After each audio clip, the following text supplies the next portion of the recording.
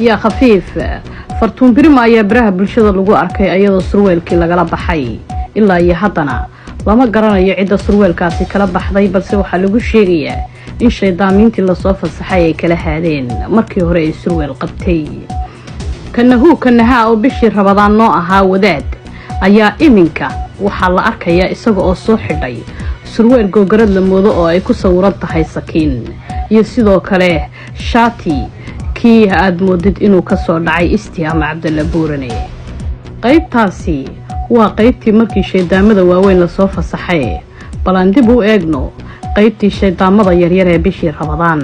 dadka dhibayay odayga ugu horeeyay bishii Ramadaan wiil yar laga dhigay ee 20 jir ah kadib markii lacaga uu aad u fara badanay uu soo bandhigay dadkii gaajaysnaa siiba xaliimooyinkii kadibna uu sidaasi ku noqday caruur ilaa haddana aan la garanayn meesha ku dambeeyo markii uu miirsaday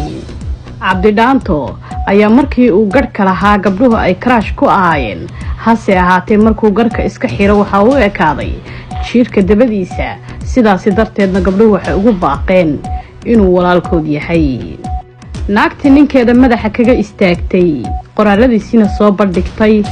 ayaa isaguna sidoo kale bareejiyay oo madaxa kaga soo istaagay sidoo kalena qoraaladeedii soo bandhigay maamadii wiilka qabsatay oo tiri kufsigu dhunkasho ma lahayn oo la keenay ayada oo faarax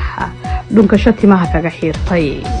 kuwii ugu horeeyay oo Soomaali ka dhaadhiciyay inay isqabaan ilmana ay dhaleen balse markii dambe sheegay inaysan waxaasi waxba ka jirin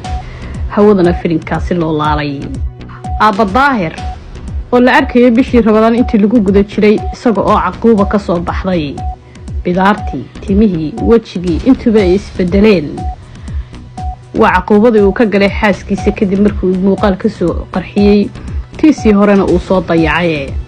qooqaaga qaranka u qaabilsanaa bisha Ramadaan qaybta jacaylka ayaa ku soo maaxatay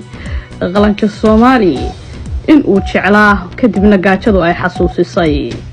maamadan ayaa u qaabilsanayd u yeerista xaajiga bisha Ramadaan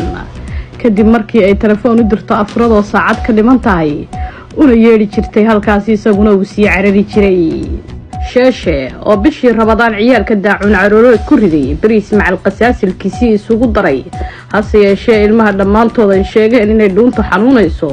sidoo kalena canjeeradu kama maqnee ayadoo qeerina hilaabta ka galiyay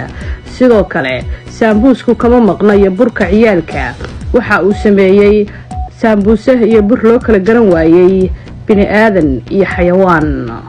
gabagabadii warkeena yaa xawiif ayaa dhammaan leelatul khadarkii Soomaalida dhaaftay kadib markii anfacay timaha u soo xiiratay dhibaato badan ay uga sheekaysay muuqaalana la soo fasaxay